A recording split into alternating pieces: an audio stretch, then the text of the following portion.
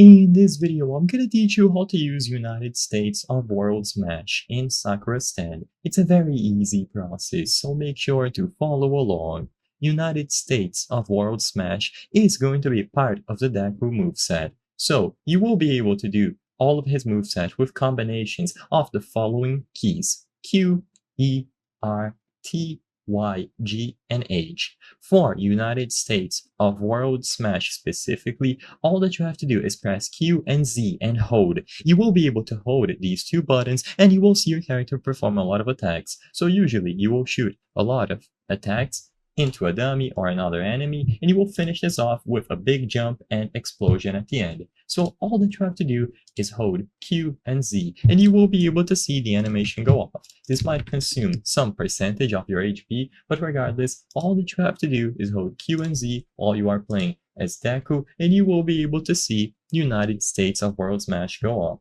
Of course, you have other moves that you can use as Deku, but for this video I just wanted to showcase how you could use the United States of World Smash. It is a big explosion at the end and it looks very cool, as you can see in blue.